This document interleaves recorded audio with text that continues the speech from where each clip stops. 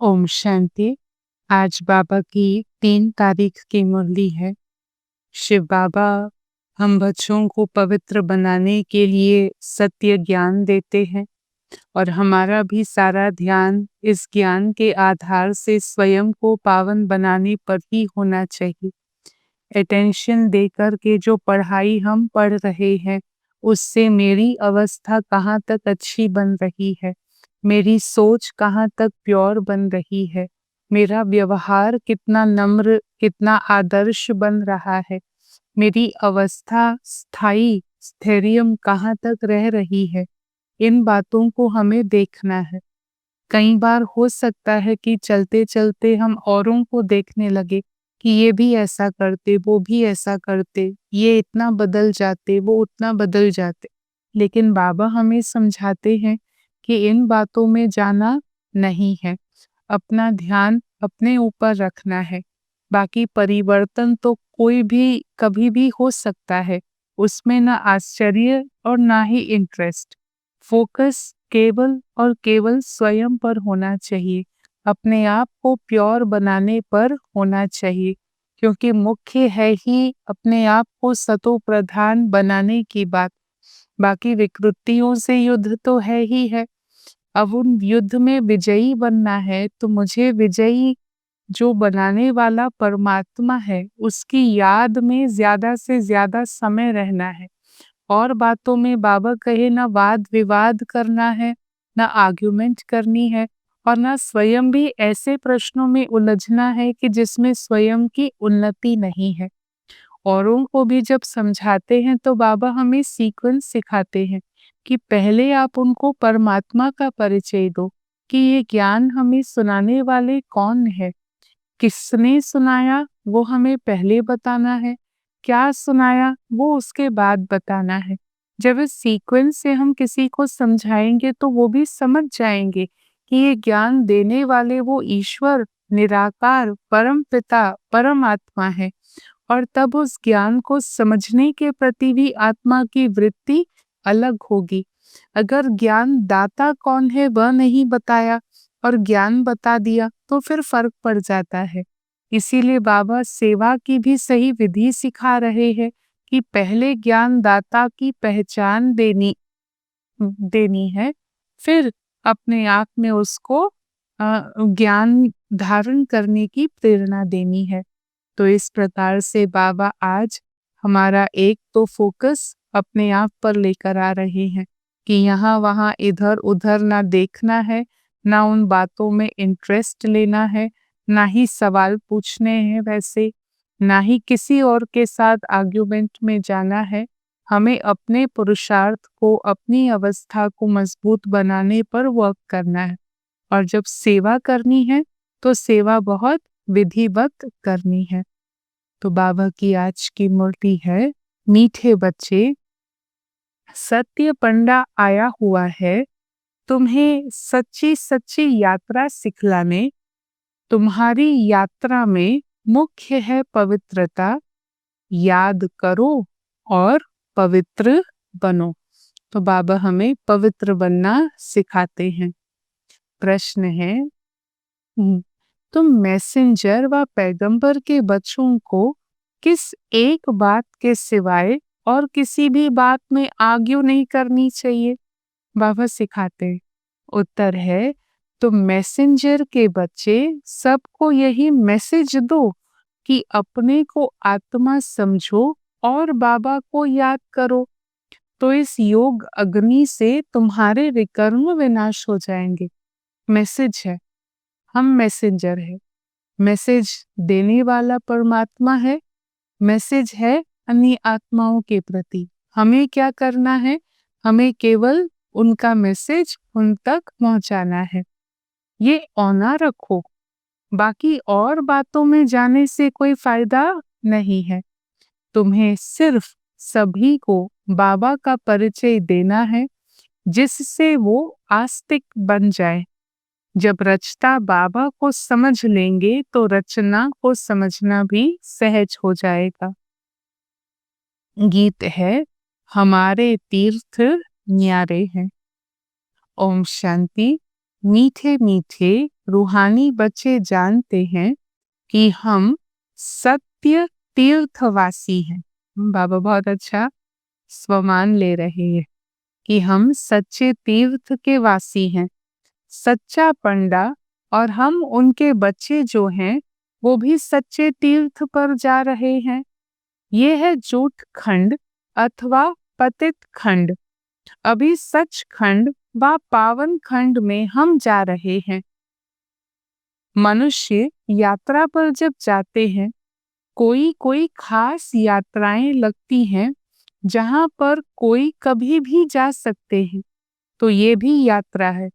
इसमें जाना तब होता है जब सत्य पंडा खुद आए, नहीं तो ये रूहानी यात्रा का तो किसी को पता ही नहीं था। जब तक कि निराकार परमात्मा स्वयं आकर के हमें इस यात्रा के बारे में न सिखाएं। वो आते हैं कल्प कल्प के संगम युग पर। तो ये यात्रा वंडरफुल है जो ये तीर्थ बाबा हमें संगम युग पर करवाते हैं।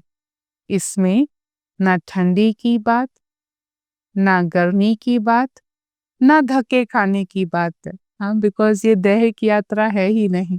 ठंडी, गर्मी, भीड़ आदि ये तो देह के साथ होता है। बाबा जो हमें यात्रा सिखाते हैं, ये यात्रा तो हमारी बिल्कुल रूहानी यात्रा है। ये है याद की यात्रा। सच्ची सच्ची यात्रा करने वाले जो होते हैं वो पवित्र रहते हैं। तुम्हारे में सभी यात्रा पर हैं। तुम प्रजापिता ब्रह्मा की मुख वंशावली संतान ब्राह्मण हो। सच्चे सच्चे ब्रह्मा कुमारियां कौन हैं जो कभी भी विकार में नहीं जाते हैं। इस तीर्थ यात्रा पर, इस याद की यात्रा पर पवित्रता की धारणा जरूरी है। पुरुषार्थी तो जरूर हैं, अब ऐसे नहीं कि सभी परफेक्ट हैं, सभी का लक्ष्य है, सभी पुरुषार्थी हैं। अब मनसा में संकल्प भले आए पर बाबा कहे कर्मणा में गलती ना हो जाए। मुख्य है ही काम विकार की बात। अब ऐसे हैं बहुत माया के तूफानों में गिरते होंगे। बाबा जानते हैं कि जरूर माया वार करेगी और हो सकता है कोई हार भी खा ले माया के सामने। इसीलिए बाबा ब्राह्मणों की माला नहीं बनाते हैं। बाबा कहे माला बनाऊं फिर चेंज होती रहे, किसी का आज नंबर आगे है फिर माया से हार खा ले, इसीलिए बाबा माला नहीं बनाते हैं। हम तो पैगंबर के बच्चे पैगाम सुनाते हैं, मैसेंजर के बच्चे हम मैसेज देते हैं। अपने को आत्मा समझ बाबा को याद करो तो इस योग अग्नि से तुम्हारे विकर्म विनाश होंगे। मैसेज है, करना चाहे तो करें तो विकर्मों पर जीत पाएंगे, नहीं करना चाहते तो हर आत्मा की अपनी जर्नी है, वो अपनी जर्नी का स्वयं मालिक है। तो इसीलिए बाबा कहे आपको इंस्ट्रूमेंट बनकर, मैसेंजर बनकर केवल मैसेज पहुंचाना है। बच्चे ये ऑनर रखो, जो हमने पहचाना है वो औरों को पहचान मिले। हाँ, ये फिक्रात होनी चाहिए, ये ऑनर रखो। बाकी प्रश्न तो ढेर के ढेर मनुष्य पूछेंगे। अब प्रश्न भी क्या पूछना उसकी भी समझ चाहिए, और हर इंसान अपनी समझ अनुसार प्रश्न पूछते हैं। अब सिवाय एक बात के और कोई बातों में जाने से फायदा नहीं है। विस्तार किन बातों का करना चाहिए कि जिनसे फायदा हो, जिसमें फायदा नहीं उसके विस्तार में जाने से कोई बात ही नहीं है। वो समय वेस्ट हो जाता, वो संकल्प वेस्ट हो जाते हैं। यहाँ तो जानने का है कि नास्तिक से आस्तिक, निधन से धन के कैसे बने जो हम धनी से वर्षा पाएं। तो ये भले पूछो जिसमें उन्नति है, जिसमें परिवर्तन है, जिसमें प्रोग्रेस है। बाकी हाँ, सब पुरुषार्थी जरूर हैं। बाबा के पास बच्चे आए हैं तो सब परफेक्ट नहीं है, पुरुषार्थी हैं, ये तो हर एक को समझना है। स्टूडेंट होते हैं तो वीक स्टूडेंट को देखकर कोई अपनी पढ़ाई तो नहीं छोड़ देते हैं, है ना? हर एक की अपनी कैपेसिटी है। तो ये भी एक बहुत बड़ा स्कूल है। हम आत्माओं का पिता परम पिता परमात्मा हमें पढ़ाते हैं, कहते हैं अपने को आत्मा समझ तुम मुझे याद करो। ये हमारी रोज की पढ़ाई है, रोज की बाबा की इंस्ट्रक्शन है, या कहो रोज का बाबा का जेंटल रिमाइंडर है। अपने को आत्मा समझ मुझे याद करो। ये अंतिम जन्म पवित्र बनो। जो पवित्र रहते हैं वही सच्चे सच्चे ब्राह्मण है। तो ये लड़ाई का मैदान है। ये झाड़ बढ़ता रहेगा, तूफान भी लगेंगे, बहुत पत्ते गिरते भी रहेंगे। मुझे मजबूत बनना है। मुझे तने के साथ, बीज के साथ जो मेरा कनेक्शन है, उस कनेक्शन को दृढ़ बनाना है। औरों को देख कर के ये पत्ता गिर गया, ये फूल गिर गया, अपने आप को कमजोर नहीं करना है। बाकी हाँ, तूफान लगते हैं, जो कमजोर होंगे वो गिर भी जाएंगे। मुझे अपने ऊपर ध्यान देना है, ना कि और बातों के ऊपर। अंत में फिर कर्मातीत अवस्था होती है, बड़ी ऊंची मंजिल है। मनसा में भी संकल्प न आए, वह अवस्था अंत में होनी है। इस समय एक की भी ऐसी अवस्था नहीं है। इस समय सब पुरुषार्थी हैं, नीचे ऊपर होते रहते हैं। हाँ, ये जर्नी है। कोई ऐसे केवल सीधा सीधा लीनियर ऊपर चले जाएंगे ऐसा नहीं है। जो कर्व है उसमें अप्स एंड डाउन्स होंगे, डिप्स आएंगे। बाबा कहे सब पुरुषार्थी नीचे ऊपर होते रहते हैं। मुख्य तो आंखों की ही बात है। हम आत्मा हैं, इस शरीर द्वारा पार्ट बजाते हैं। ये पक्का अभ्यास चाहिए।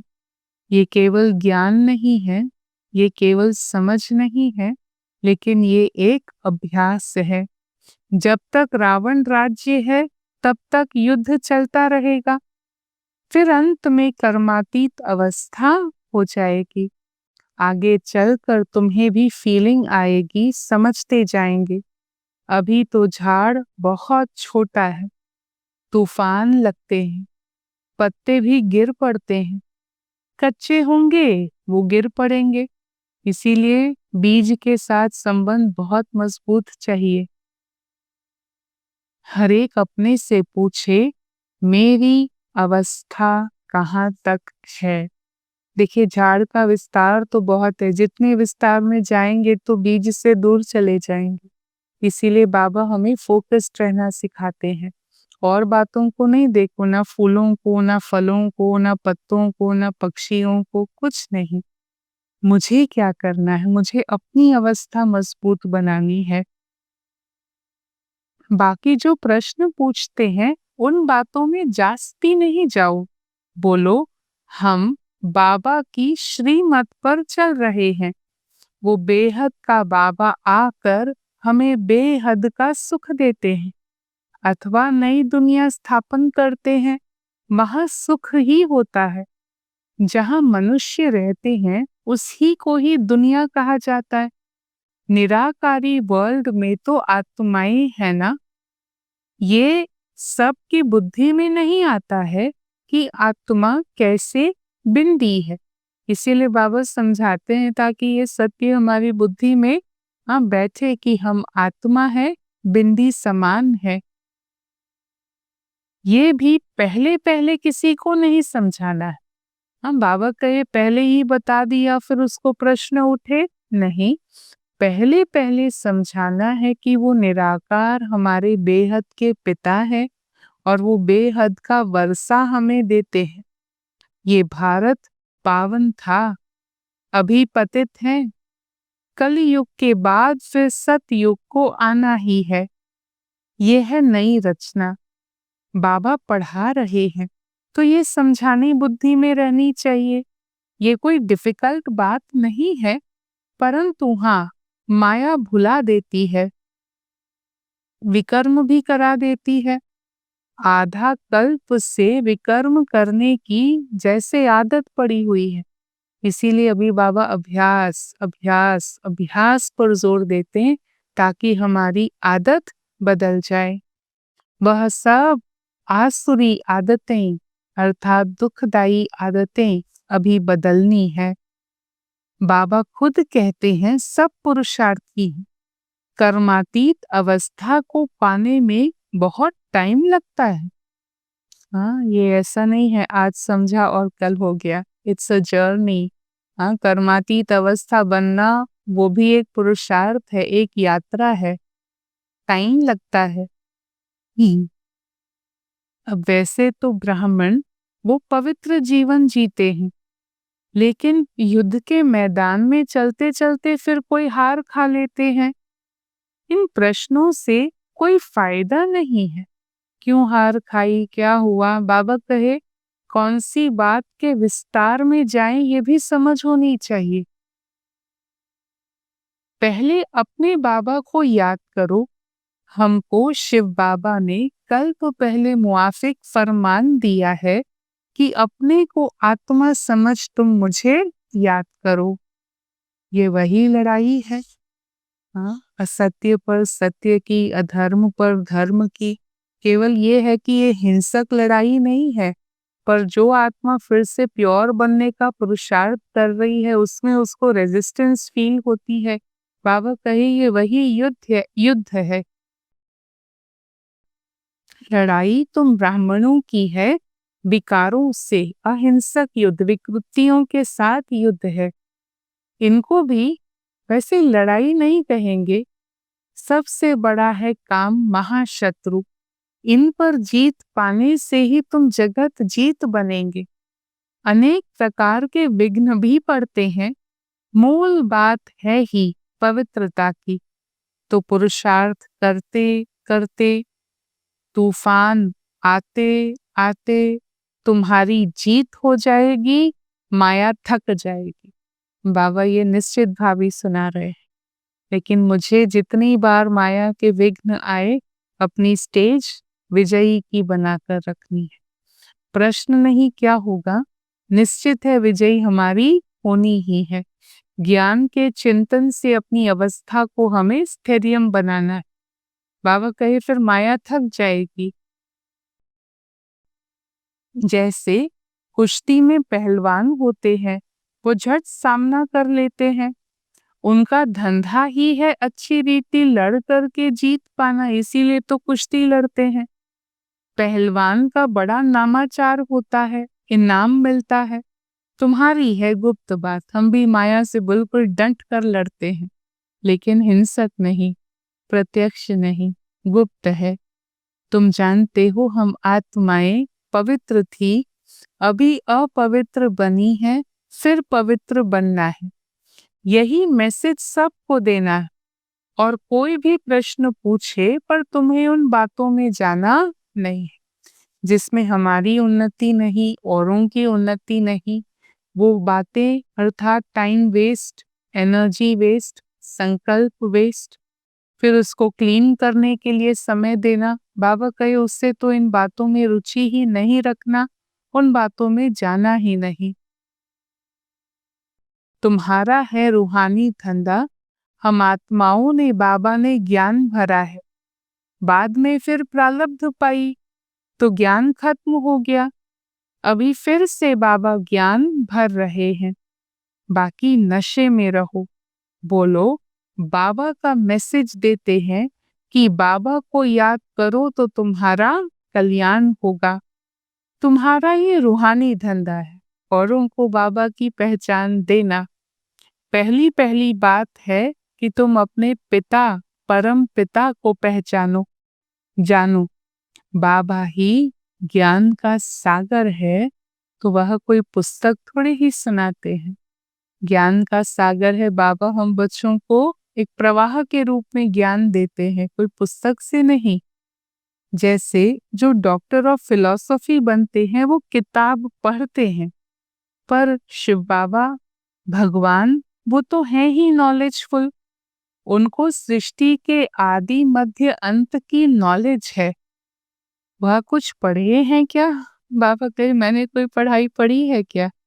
बाबा कहते हैं मेरा पार्ट है तुम्हें नॉलेज समझाने का, पढ़ने का नहीं लेकिन पढ़ाने का। सर्व का सदगति दाता एक ही बाबा है। वर्ल्ड की हिस्ट्री ज्योग्राफी जरूर रिपीट होती है, पुरानी दुनिया के बाद नई दुनिया जरूर आनी है।